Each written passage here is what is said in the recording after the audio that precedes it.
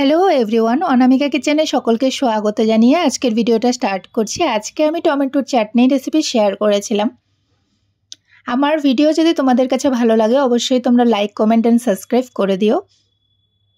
প্রথমে আমি frying pan বসিয়ে দিয়েছিলাম, তারপর সরষের তেল দিয়ে দিলাম। তেলটা গরম হয়ে যাওয়ার পর কেটে রাখা টমেটোটা দিয়ে দিলাম।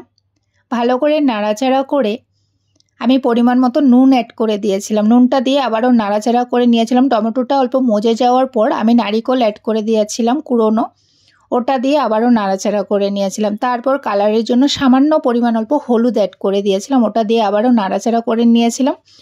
হলুদের গন্ধটা চলে গেলে, ভাজা ভাজা হয়ে এলে আমি জলটা অ্যাড করে দিব। জলটা দিয়ে জলটা ফুটে গেলে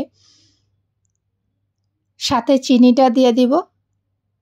চিনিটা দিয়ে কাজু কিশমিশ দিয়ে নামিয়ে নিয়েছিলাম। তোমাদের কাছে যদি রেসিপিটা ভালো লাগে অবশ্যই তোমরা কমেন্টে জানিও।